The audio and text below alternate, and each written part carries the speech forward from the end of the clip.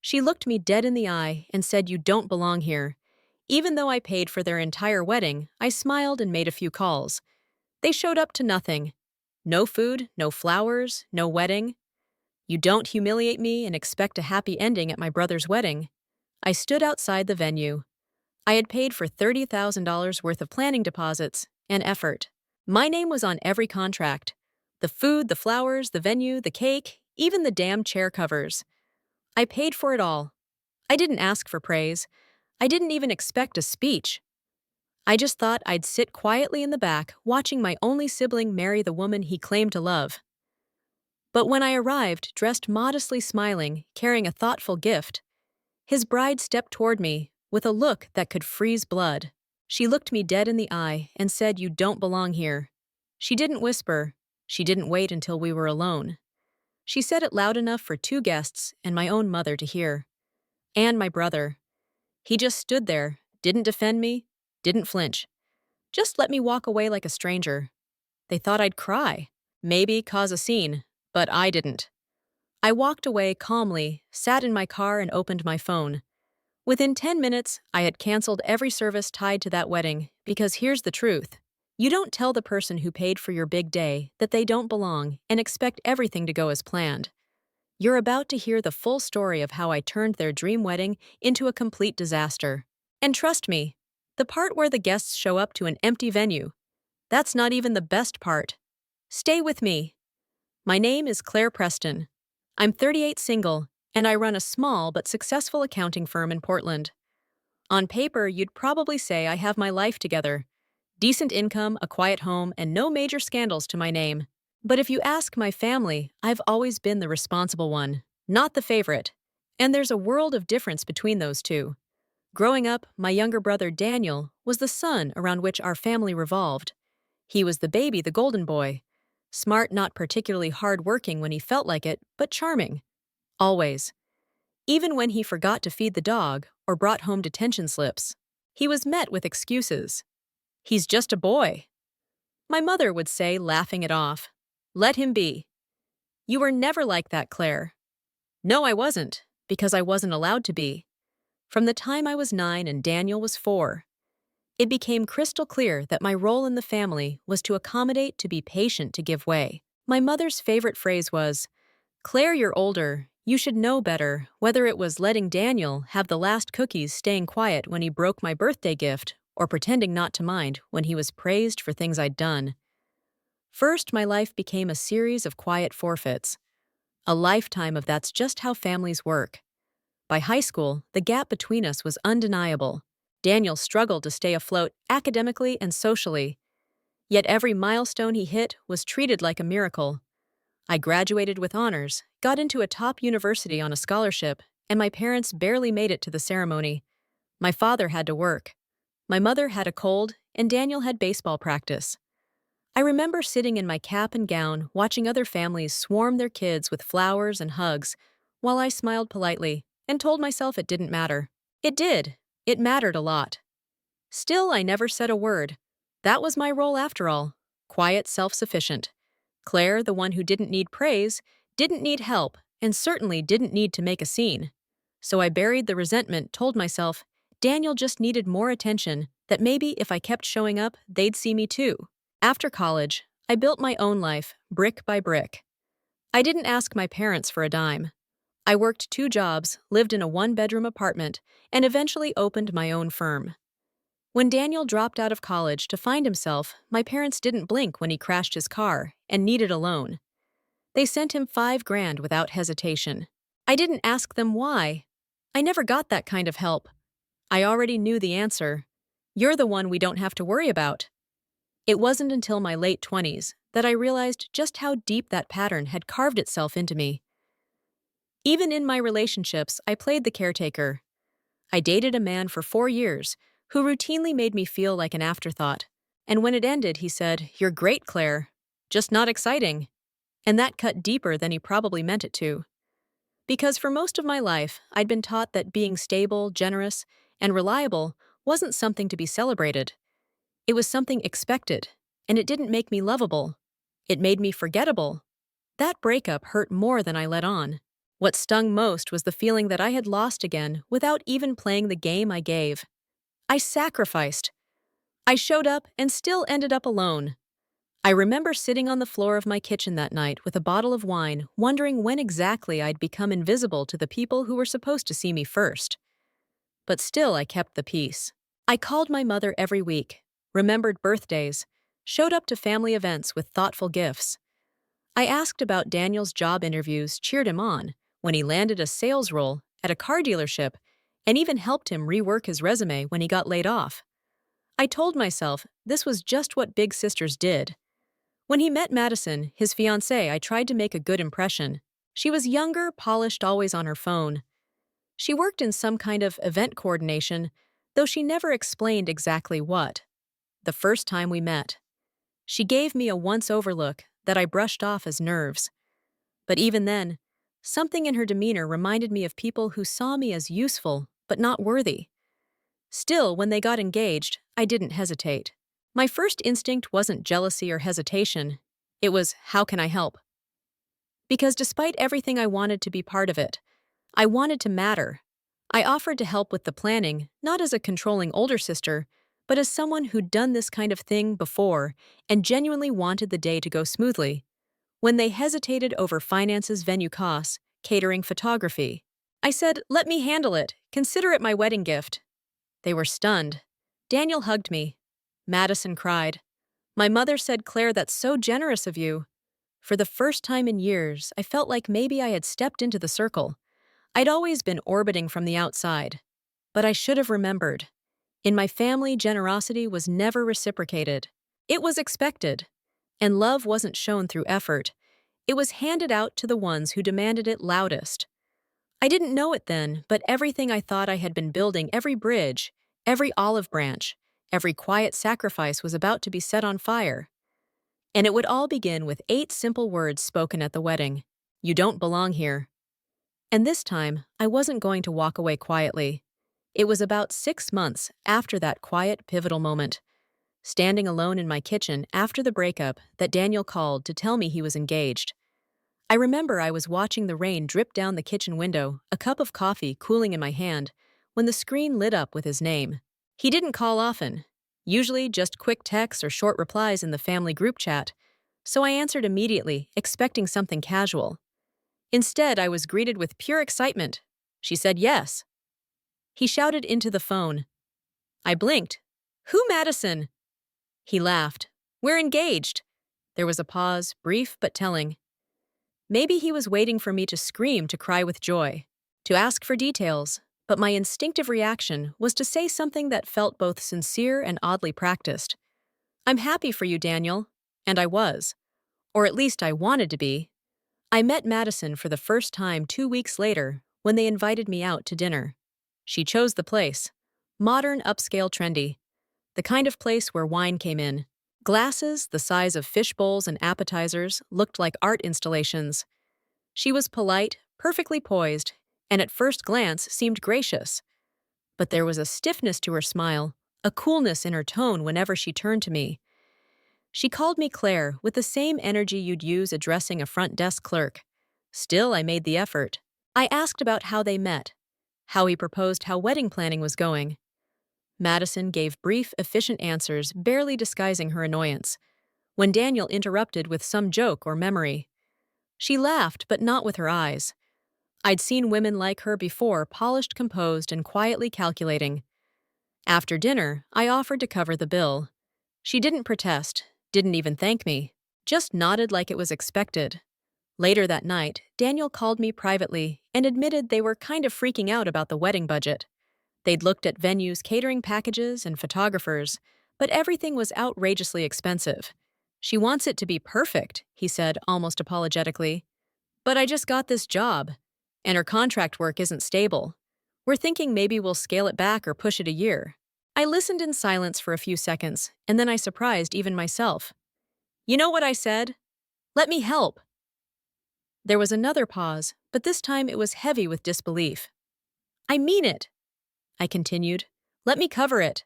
As your sister and as someone who wants to see you happy, I'll pay for the wedding. You're serious? Completely. Venue, catering, cake, photography, flowers. Whatever you two want. No strings attached. Think of it as my gift. I heard his breath catch. Clear. That's. I don't even know what to say.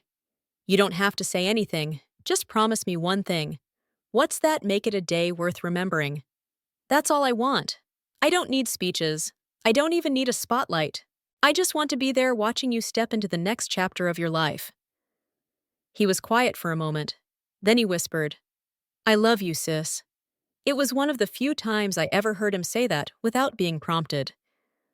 Over the next few weeks, the logistics began. I asked Madison for her Pinterest board, her preferred color scheme, the kind of venue she wanted. She responded somewhat mechanically, with links and photos usually passed through Daniel the few times I reached out to her directly. She was polite but curt. I chalked it up to wedding stress. I signed the contracts, paid the deposits, and made sure all vendors had my name, my number, and my email as the primary point of contact. My lawyer helped me draft a simple clause in each contract.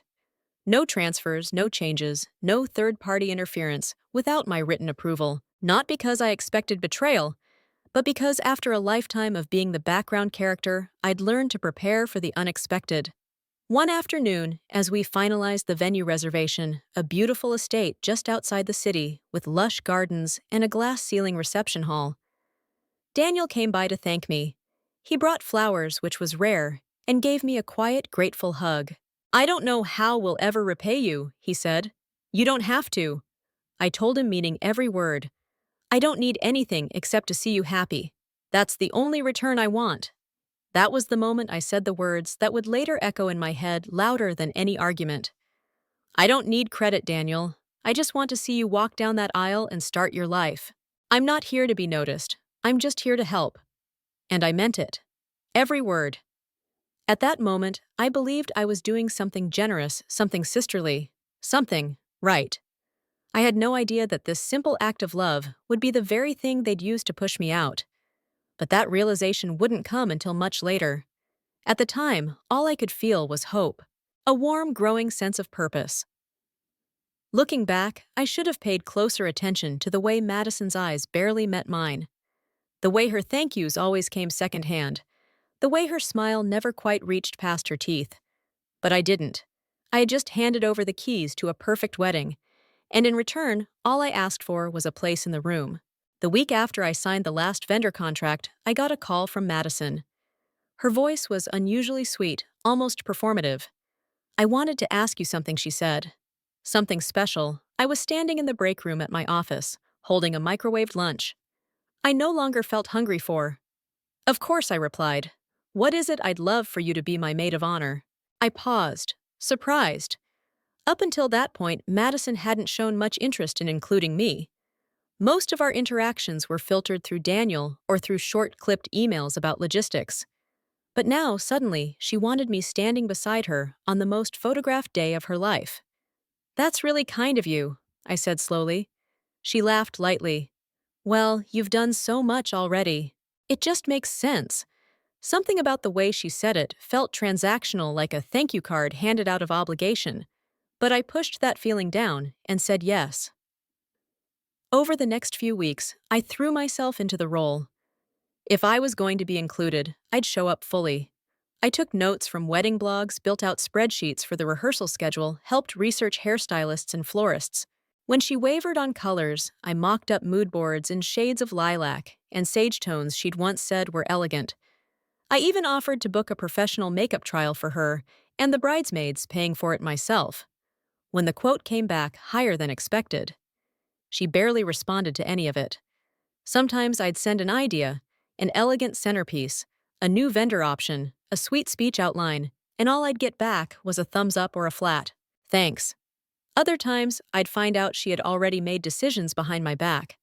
I spent 2 hours organizing potential poses for a bridal photo shoot, only to discover she had booked someone else with a completely different vision.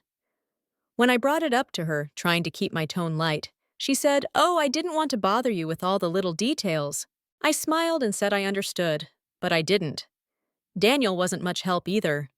I started to notice how often he avoided my calls or answered texts, hours later with half-hearted excuses. Sorry. Things are crazy, he wrote one afternoon. We'll loop you in soon, he said another time. Once, when I dropped by their apartment unannounced to drop off fabric samples, Daniel opened the door, saw me, and hesitated just for a moment. But it was enough. Inside, Madison was laughing on a video call with someone. The mood was light, airy. My presence shifted the energy. She muted the call, stood, and smiled too wide. Claire, you should have told us you were coming. I didn't think I had to. They exchanged a quick glance, then offered me some water. I stayed for 10 awkward minutes, pretending not to notice the tension. Later that night, I sat on the edge of my bed, scrolling through the bridesmaids group chat.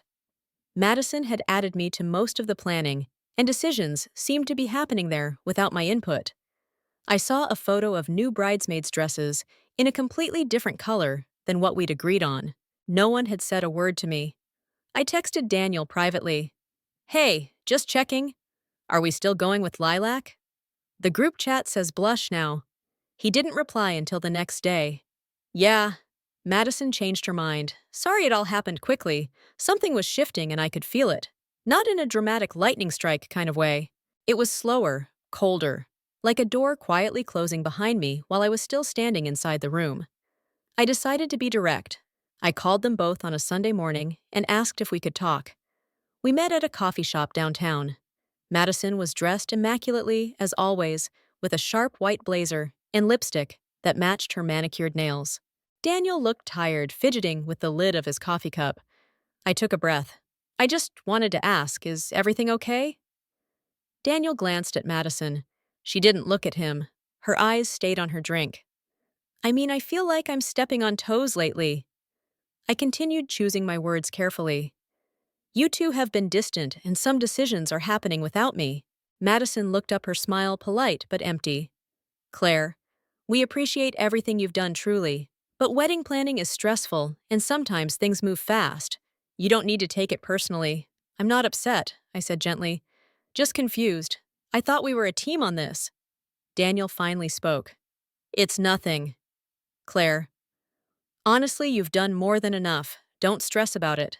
That should have reassured me, but it didn't. I sat back in my chair, holding my coffee with both hands like it might anchor me. I nodded, smiled, and said I understood. But as I drove home that afternoon, my chest felt heavy. Something wasn't right. I couldn't put my finger on it, but the pieces weren't adding up. Still, I told myself I was probably overthinking. Maybe I was just tired. Maybe it was normal for brides to get controlling, for grooms to tune out, for things to feel messy before the big day. So I let it go because at that point, I still believed the best in them, and I still believed I had a seat at their table. A week passed after that coffee shop meeting. I had convinced myself things would level out, that maybe I had been overthinking, that the awkwardness would fade once the stress of wedding planning settled. So I kept checking the group chat occasionally, shared an idea, and tried to remain hopeful. Then one evening, as I was cleaning up dinner and scrolling through my phone, I saw it. Madison had just posted a new photo on Instagram. It was a bright, heavily filtered selfie of her and another woman I vaguely recognized from one of the bridal fittings. They were holding champagne flutes, all glammed up, standing under a string of fairy lights. The caption read, "My maid of honor. Couldn't imagine this day without you." My hands froze mid-scroll. I read it again. Then a third time, thinking maybe I had misunderstood. Good. But the meaning was painfully clear. It wasn't me. No call, no message, no explanation. Replaced publicly, quietly, as if I had never been part of it in the first place. I sat there staring at the screen, heart pounding. I scrolled through the comments, people congratulating Madison, complimenting the new maid of honor. Not a single mention of me, not a word about the switch. I was erased without warning. I called Daniel immediately. It rang 4 times before he picked up, his voice casual, like nothing had happened. Hey Claire, everything okay? Did you see Madison's post? There was a pause. Yeah, why didn't anyone tell me? He sighed, like I was making something bigger than it needed to be. Look! Madison felt like she needed someone closer. You know, like a best friend, not just family. I was the maid of honor, I said slowly. She asked me. I've been helping with everything, planning, payments, timelines. I know, and we really appreciate that, he cut in quickly. But this is more of a symbolic thing for her. You're still invited. You'll have a seat at the ceremony. My throat tightened. A seat? You know what I mean, he said, brushing it off. You're still family. That word rang in my ears like a mockery. I hung up shortly after. He didn't try to call back. That night, I lay in bed, unable to sleep, staring at the ceiling while the weight of it all pressed down on my chest. It wasn't just about the title. It was about being discarded without so much as a conversation, about being used for my support, my time, my money, then cast aside. When the spotlight came. The next day, I drove over to see my mother. I needed something support, understanding, anything. She was sitting in her armchair flipping through a magazine when I told her what had happened. Her reaction was not what I expected. She sighed. Didn't even look up. Claire, don't make this about you. I'm not. But don't you think it's strange that she didn't even tell me she's under stress? It's her big day. Maybe she just needed someone. She's no longer. I've paid for everything, Mom. And that was generous of you. But you did it out of love, right? So don't hold it over them. Sometimes it's best to just let things go. As long as the wedding happens peacefully, that's what matters. Her words stung in a different way. They confirmed what I had always known, but never wanted to face to them. My job was to give quietly, without complaint, without recognition. Even now, even when I was clearly wounded, I was expected to stay quiet, to be mature, to let others take the spotlight, no matter how much it cost me literally and emotionally. I nodded slowly, not because I agreed, but because I knew nothing I said would change her mind. She saw any pushback as drama, any hurt feelings as weakness in her eyes. I was still the big sister who needed to keep the peace. When I left her house, I didn't cry, not right away. I drove home in silence, parked the car in the driveway, and just sat there. Only when the house was dark and I was alone did it hit me. A quiet kind of grief, the kind that didn't come with tears or sobs, just a numb ache that wrapped around my chest and made everything feel heavier. They hadn't just changed the title. They had changed the message. I wasn't important enough to be informed. I wasn't worthy of an explanation. I was good enough to fund the fairy tale, but not good enough to be part of it. 3 days passed. I hadn't spoken to Daniel. I hadn't looked at Madison's social media.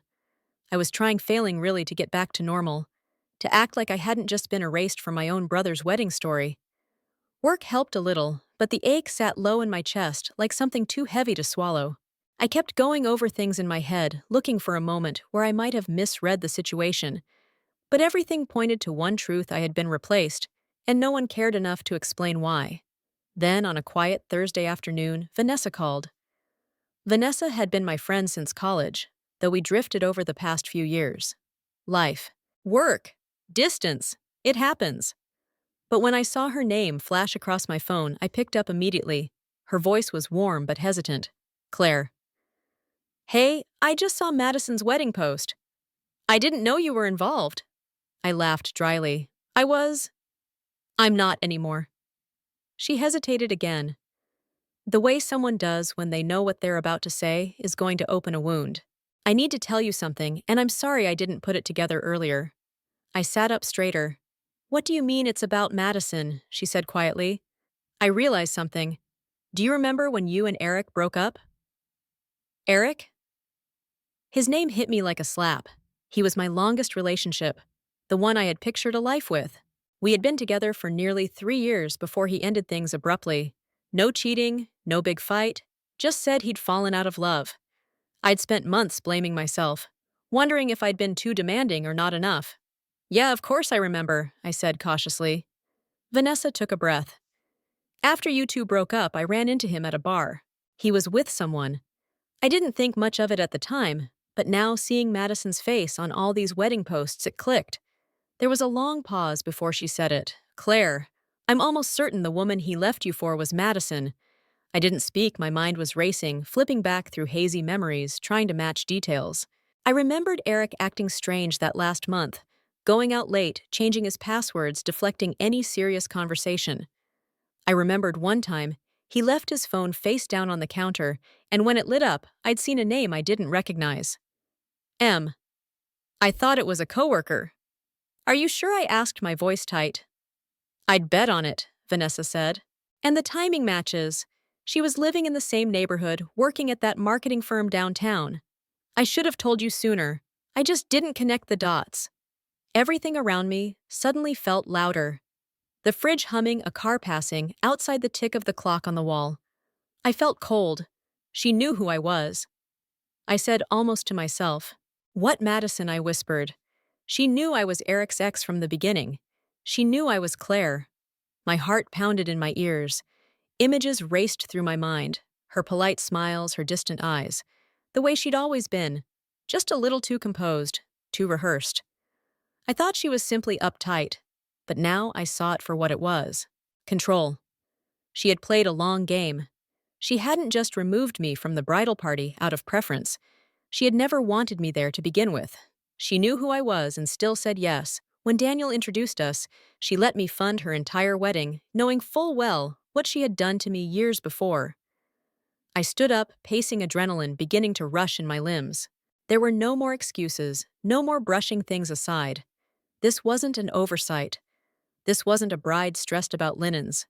It was deliberate. Everything. The sudden switch of maid of honor. The silence. The distance from Daniel now made terrifying sense. She was never going to let me be part of that day. She had smiled through it all, played nice, just long enough to get what she wanted from me. And I'd given it willingly, believing we were building something honest. I clenched my jaw, shaking as I held the phone tighter. Vanessa was still on the line. "Claire, I'm so sorry." "Don't be," I said quietly. "You just helped me see things clearly." And I meant it.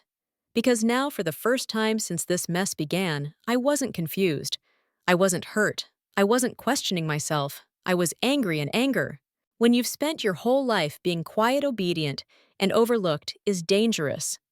Because once you've been betrayed, truly betrayed, you stop asking questions. You start making decisions. Claire didn't sleep much that night. After Vanessa's revelation, she had spent hours replaying old memories with new clarity. Madison's tight-lipped smiles, her constant sidesteps, the way she always seemed to know how far to stand to avoid any real connection. Claire realized she had misread everything. Madison hadn't merely excluded her. She had planned this patiently, calculatedly. She knew exactly what she was doing. The morning air was still when Claire woke up, her eyes gritty, but her mind frighteningly clear. She didn't cry. She didn't pace the room. She simply showered, dressed, and made a pot of coffee. She had a quiet day ahead, and she was going to make every minute count. The message came through just after 800 a.m. It was from Madison's number, though clearly composed in that sterile tone that masked cruelty with politeness. The kind that dressed exclusion and silk and made betrayal feel like formality. "Hi, Claire. I hope you're well. After some discussion, Daniel and I have decided to keep the wedding small and intimate. We've decided not to include extended family or anyone outside the bridal party. We appreciate everything you've done truly and hope you understand. Best, Madison, Claire." Read it once. Then again, no call, no conversation, just a text. After all the planning, the payments, the hours spent reviewing floral arrangements and tasting cake samples, not even the decency of a phone call. And Daniel? Nothing. She waited 15 minutes before texting him directly. "Is this true?" No reply. Another hour passed. Claire stared at the last message she had sent him days ago and saw it still marked red. He had seen it. He had chosen silence. Her phone buzzed again. Another message from Madison. "Just to clarify, it's nothing personal. We just want to keep things simple and drama-free. We hope you can respect our decision and not bring unnecessary stress to the day." Claire's thumb hovered over the screen. She didn't write a paragraph. She didn't ask questions. She replied with 5 words. "Then I'll play my part." She set the phone down, took another sip of her coffee, then reached across the kitchen counter and pulled out the neatly organized wedding folder she had built over the last few months. Every contract, every invoice, every deposit, every receipt, each one printed in her name.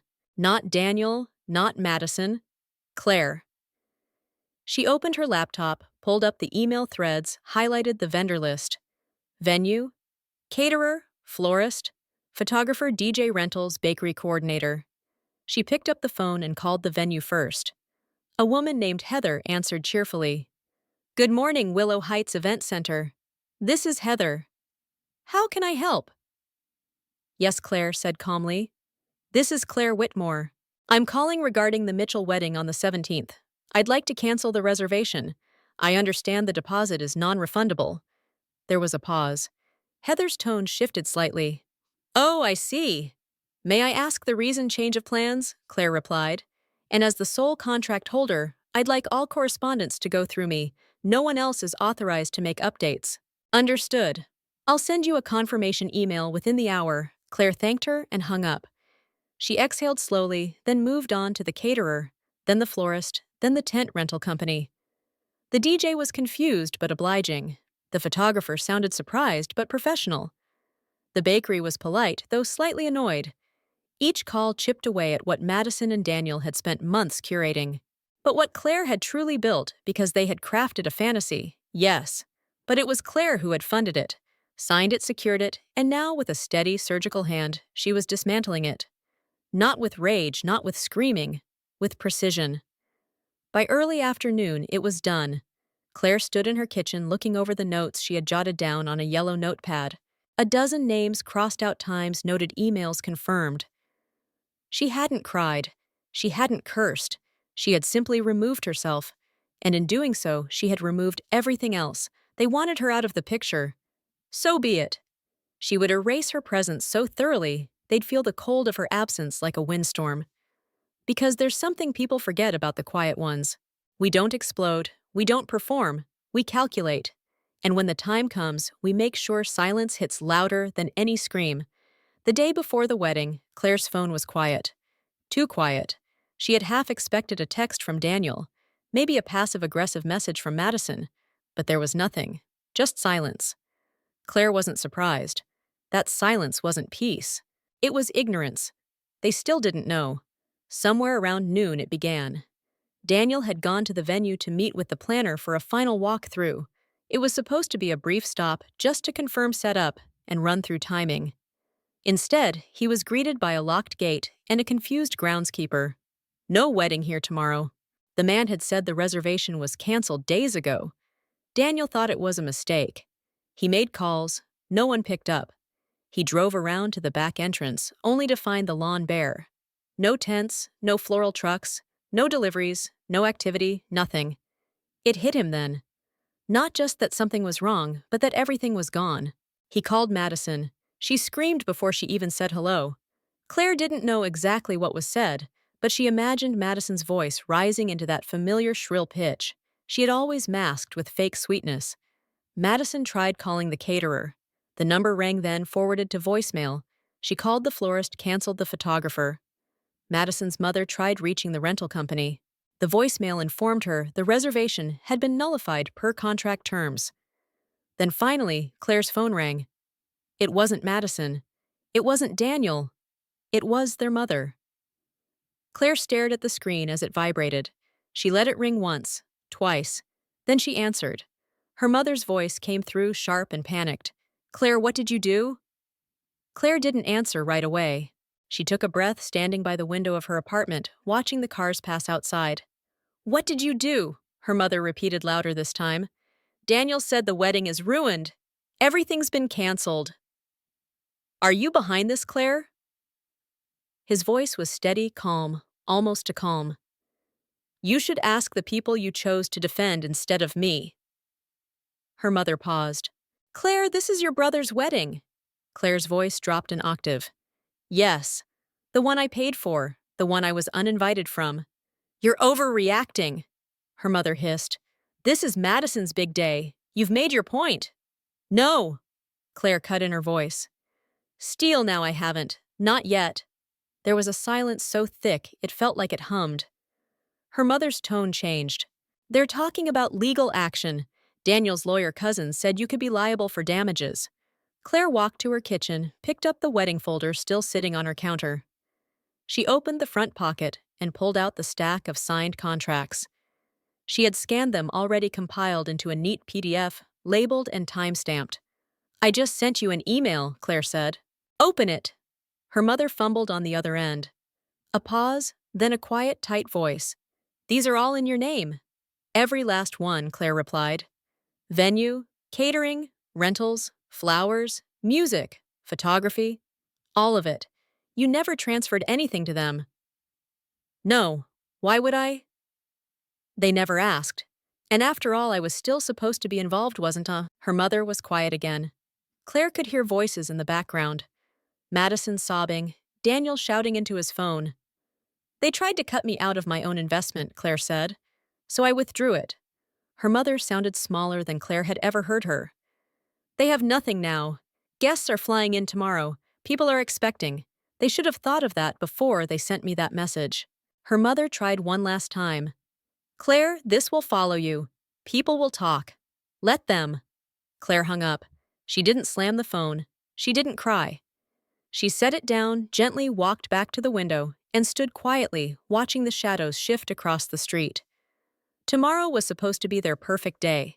Now it would be the day they learned. You don't cut out the person holding all the strings. Not unless you're prepared to watch everything fall. City Hall on a Friday afternoon wasn't meant to feel tragic, but there was something undeniably hollow in the air that day. The lobby smelled of floor polish and faded flowers. A small group of guests shuffled in with muted voices and confused glances, trying to understand why the grand wedding had been reduced to a cramped government room with folding chairs and a judge in a dated black robe. Claire arrived early. She didn't wear black. This wasn't a funeral. Even if it felt like one, she wore a simple navy blue dress, elegant and understated. No makeup, no jewelry, no fanfare. She stood in the back of the room, unnoticed by most, and she preferred it that way. The room held no music, no decorations, just a row of metal chairs, a long table with a few documents, and a bouquet that looked like it had been picked up at a grocery store. The guests whispered among themselves. Some looked irritated. Others bewildered. The older relatives in particular seemed confused, clearly expecting something grander. Madison entered first, clinging tightly to Daniel's arm. Her hair was pulled up hastily, makeup slightly smudged around her eyes. Her expression was tense, her smile forced. Daniel looked worse, pale, withdrawn eyes, darting as if searching for an exit. Claire didn't say a word. She didn't need to. She simply stood at the back wall. Arms crossed gently, watching the ceremony begin without much preamble. The officiant cleared his throat and started reading from the standard script. No music, no processional, just words that felt increasing, empty.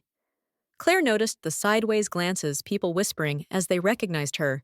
She could see it in their eyes. Questions forming, confusion mounting. Some guests looked down at their programs, as if the paper might offer answers, but there were no programs. Nothing had been planned. Then came the moment. No one expected. Beverly, Linda, Daniel, and Claire's aunt stood up in the second row. 72 years old, widowed twice with a personality that once got her banned from bingo night for aggressive honesty. She didn't raise her voice. She didn't need to. She simply looked at the bride and groom and said, "Is no one going to say anything?" The judge paused mid-sentence. Everyone turned. Madison froze. Beverly folded her arms. "You kicked out your sister, the one who paid for everything. She's standing right there, and we're just supposed to sit here and pretend this isn't humiliating." A sharp inhale swept the room. Daniel looked like someone had struck him in the chest. Madison opened her mouth, then closed it. Her face turned a shade paler. Beverly continued unshaken. "I canceled my hip surgery to attend your wedding. I was told it'd be at Willow Heights. I brought a new dress, spent money on a hotel, and now we're all sitting in a courthouse because you couldn't be decent to the person who made it all possible." A few people murmured. Claire saw Uncle Richard nod slowly in agreement. Still, she didn't speak. She simply held Beverly's gaze, offering the faintest smile. "A thank you without words," Madison finally whispered. "We didn't mean to," but Beverly cut her off. "No, you meant every bit of it. Don't you dare insult our intelligence. Claire didn't even have to show up today." "But she did. And the way you're looking at her right now. Like she's the problem. Shame on you, Daniel." Shoulders slumped. His hands trembled as he stared down at his shoes. The judge awkwardly cleared his throat again. "Shall we proceed?" No one responded. Claire could have spoken then, could have twisted the knife. But she didn't. She didn't need to. The room had turned not in fury, in disappointment, in quiet recognition that something had been lost that no vowels could recover. The ceremony limped forward. The words were spoken. The paper signed no applause, no joy, just a cold bureaucratic ending to what had once been a dream. As the couple posed reluctantly for a photo outside City Hall, Claire stepped out the side entrance. She didn't linger. She didn't say goodbye. Her silence was louder than any speech. And for once, Daniel wasn't the golden child. Everyone had seen the truth, and it had walked out the door in a navy dress, head held high. Claire didn't expect to go viral. She hadn't even known a video existed until her coworker texted her Monday morning with the words, "Girl, you're on TikTok, and it's glorious." The video had been posted by one of the younger cousins, a tech-savvy teenager, who had recorded the now infamous moment at City Hall, when Aunt Beverly stood and publicly called out Daniel and Madison. The footage was shaky, taken from a phone clutched too tight in nervous hands, but the audio was crisp. Beverly's voice rang clear. "You kicked out your sister, the one who paid for everything. She's standing right there, and we're just supposed to sit here and pretend this isn't humiliating." By the end of the clip, you could see Daniel's pale face, Madison's frozen smile, and Claire standing silently in the back eye's steady expression unreadable. The video took off overnight. At first, a few hundred views, then thousands. By the end of the day, it had surpassed 250,000. By midweek, it had over 2 million views and was being reposted across platforms with hashtags like #HatWeddingFailHash, our sponsor sister, and our City Hall drama. And the comments brutal, unrelenting, and entirely unclear side. "Imagine not inviting the person who paid for your wedding. I'd cancel it too. She paid for everything and got kicked out. Nah, I'd burn it to the ground." Justice for Claire. The bride looks like she's about to cry because karma showed up in heels. Even major creators began stitching the video, reacting with outraged support and disbelief. A family therapist did a breakdown on the dynamics. A lawyer explained how Claire had every legal right to cancel. A popular financial influencer praised Claire's restraint, calling it the quietest, coldest revenge and the most deserved. Madison's social media turned into a war zone. Her Instagram, once carefully curated with filtered photos and cheerful captions, was flooded with angry comments and sarcastic emojis. She tried turning off comments, then tried making her account private. But the internet doesn't forget screenshots circulated anyway. Her follower count began to drop. Brands she'd hoped to collaborate with quietly ghosted her. Even friends from her bridal party unfollowed her publicly, one of them captioning their action with, "Can't stand behind that kind of behavior." Daniel didn't fare much better. While he wasn't very active online, his workplace was buzzing. The video had made it to a Reddit thread that one of his coworkers followed, and by Tuesday, someone had printed out a meme from the video and pinned it to the break room bulletin board. He walked into hushed conversations. People lowered their voices when he entered a room. One colleague joked during lunch, "Hey Dan, if I buy you coffee, do I get to sit with you, or will I get uninvited next week?" Daniel didn't laugh. He stopped coming in by Thursday. Claire stayed quiet. She didn't comment. She didn't repost. She didn't defend herself or fuel the fire. She didn't need to. The world had already taken her side. What surprised her more was how her extended family responded. Some, of course, tried to stay neutral. Those who hated conflict or clung to the idea of forgiveness at all costs. But more and more began reaching out to her directly. Aunt Jean left a voicemail. "I always thought you were the backbone of that family. I see it now clearer than ever." Uncle Richard sent an email. "If you ever throw your own party, I want an invitation. And I'm bringing my checkbook." Even her father's stoic, difficult, rarely expressive, called one evening. He didn't apologize directly, but he said, "I didn't see it before. I do now. And I'm sorry you had to be the one to show us." For years, Claire had felt like a shadow in her own family. Someone expected to give to support to disappear when convenient. Now, for the first time, her absence had weight. Her silence had power. And the world quite literally had taken notice. Claire didn't expect to see him again, at least not this soon. And not like this. It was a rainy Tuesday when Daniel showed up. No warning, no text, just a quiet knock on her front door. When she opened it, he stood there in jeans and a hoodie that clung damp to his shoulders, hands stuffed deep in his pockets, eyes red-rimmed and tired. She didn't say anything, just stepped aside and let him in. He didn't sit right away. He lingered by the entryway like a guest unsure where he was. Welcome! She returned to the living room and resumed folding laundry on the couch. Not rushing, not performing, just letting silence stretch long enough to force him to gather courage. Finally, he spoke. I messed up. Still, she didn't answer. He tried again. You were right about her, about everything. She didn't look up, but he could tell she was listening. I knew she didn't like you, he said, voice quiet. Even before the engagement, she said you were intimidating, that you took over every room. She called you cold distant, said you always made her feel like she was less than.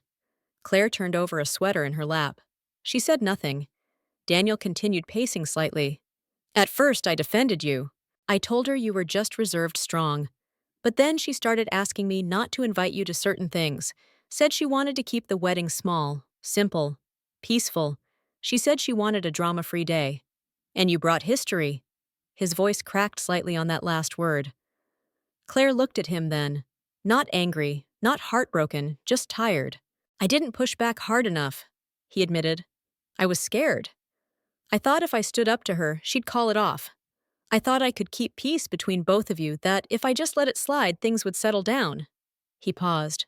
But they didn't. Claire finally spoke. Her voice was calm even. You let her erase me. Daniel swallowed hard. I did. For a moment, there was only the sound of the rain tapping the window. Claire folded another shirt. I found out something yesterday, he said more hesitantly. Now. Something I should have known a long time ago. She didn't ask. She waited. Daniel exhaled slowly. She's still been talking to Ben. That made her still, just for a second. Ben! The name landed between them like an old wound splitting open. Claire's jaw tightened, but she didn't interrupt. Daniel continued his words, halting now. I saw a message on her iPad. I wasn't snooping. She left it open. It wasn't just a, hey, how are you? It was flirty familiar. She told him she missed talking to someone who really understood her. Said he was the only one who ever really made her laugh. He looked at Claire directly. Now. I didn't know. I swear, Claire. I wouldn't have if I'd known back then. You would have married her anyway. She said, cutting in for the first time with intention. Not accusing, not emotional, just factual. Daniel dropped his gaze. I don't know, he whispered. They sat in silence again. Claire placed the last folded towel on the pile beside her, then leaned back against the couch. I didn't come here to beg, he said. I needed to tell you I was wrong, that I failed you as your brother. She studied him. This boy she'd helped raise, the boy who used to beg her to check under his bed for monsters. The man who had become a stranger to keep the peace with someone who couldn't even keep loyalty straight. Finally, she said, you knew how much he meant to me. I did. He said, eyes shining, and I let her into our family anyway. And then I helped her push you out of it. He rubbed his face with both hands, ashamed. I don't deserve forgiveness, but I didn't want you to hear about Ben from someone else. Claire nodded once. It was not forgiveness, but it was something. He stood then, not expecting to be asked to stay. I won't bother you again. I just thank you for telling the truth when no one else would. He turned toward the door, then stopped. She never deserved what you gave her, but I did, and I threw it away. Claire remained seated still and calm, and when the door clicked shut behind him, she closed her eyes for just a moment, not to cry, but to breathe. Not everything broken needed to be fixed. Some things only needed to be understood. The next day, Claire met Vanessa for coffee. They hadn't sat down like this in months. Not since before all the madness. Before Madison and Daniel's engagement had thrown a quiet grenade into Claire's already strained family ties. They chose a small place tucked behind an old bookstore, the kind of cafe where the music was soft and the booths creaked with age. Vanessa ordered chamomile. Claire didn't order anything at all. She stared at the steam rising from Vanessa's cup and said quietly, I knew. Vanessa looked up, knew what Claire's voice didn't waver, that Madison was the girl Ben left me for. I knew it months ago. Vanessa set her tea down slowly. You never said a word. My mother would have told me to let it go. Madison would have played innocent. You've seen it before. How many times have I spoken up, only to be told I was overreacting? Vanessa didn't respond. She knew it was true. Claire leaned back in her seat, looking older than usual. Not in a tired way, but in a way that made it clear she'd been carrying things for too long. I didn't cancel the wedding because of what she did to me in the past. I canceled it because they didn't even ask why I walked away. They never wanted to hear it. They just assumed I'd take it, like always. There was a long silence between them. Heavy, but not uncomfortable. Claire continued softer now. I wasn't trying to ruin their lives. That's not what this was. I wasn't out to humiliate them. If anything, I was done pretending they didn't already humiliate me. Vanessa's eyes narrowed. So this wasn't revenge, Claire shook her head. Not in the way people think. I didn't cancel to get back at them. I canceled to stop enabling them. There's a difference. She folded her arms and exhaled deeply. I've spent my life giving people the benefit of the doubt, letting things go, making excuses for everyone but myself. I watched my own brother shrink away from me just to keep the peace with a woman who didn't even try to hide her contempt. And I let it happen. Vanessa leaned in her voice low. But when you found out she was still talking to Ben, why not tell him? Then Claire looked out the window. Because Daniel doesn't learn from warnings. He learns from impact. Vanessa blinked. I've tried, Claire said. All my life I've tried to protect him from our parents' favoritism, from his own blind spots. But he chose her. He chose silence. He chose comfort over truth. And comfort is always louder until it disappears. Her fingers tapped the edge of the table once, twice, then stilled. I wasn't going to fight for a place I was never welcome in. I wasn't going to scream or beg or show up uninvited and cause a scene. I just stopped paying for the fantasy. Vanessa nodded slowly. So what now? Claire turned back to her expression. Calm. Now he lives with his choices like I lived with mine. I'm not angry anymore. I'm not hurt. I'm just done. A quiet understanding settled between them. No fireworks, no catharsis, just truth. Claire added almost as an afterthought. It wasn't about the money or the wedding or even Madison. It was about finally stepping out of a role I never agreed to play. She looked Vanessa in the eye. I didn't destroy their wedding. I just stopped holding it up. And with that, she stood, gathered her coat, and left before the tea went cold. A month later, Claire received a message from her mother. It was short, too polite to be sincere. Let's have dinner this weekend, just the three of us. I think it's time. Claire didn't reply, not right away. She stared at the screen for a moment, then set the phone down without a word. The last time she'd sat at a dinner table with her mother and Daniel, she had been asked to stay quiet to keep the peace, to let them have their moment. That moment had passed. News of Daniel and Madison's separation had made its way through the family grapevine. The wedding disaster had been only the beginning. What followed, arguments, blame, old truths resurfacing, had torn apart the image they had so desperately tried to build. Apparently, Daniel had moved out. Madison had gone silent. No public posts, no couple photos, just absence. It was a quiet collapse. No screaming, no declarations, just the slow erosion of something built on pretense and pride. Claire sat on the porch of Vanessa's house that evening, a glass of water in her hand, watching the sky shift to a burnt orange.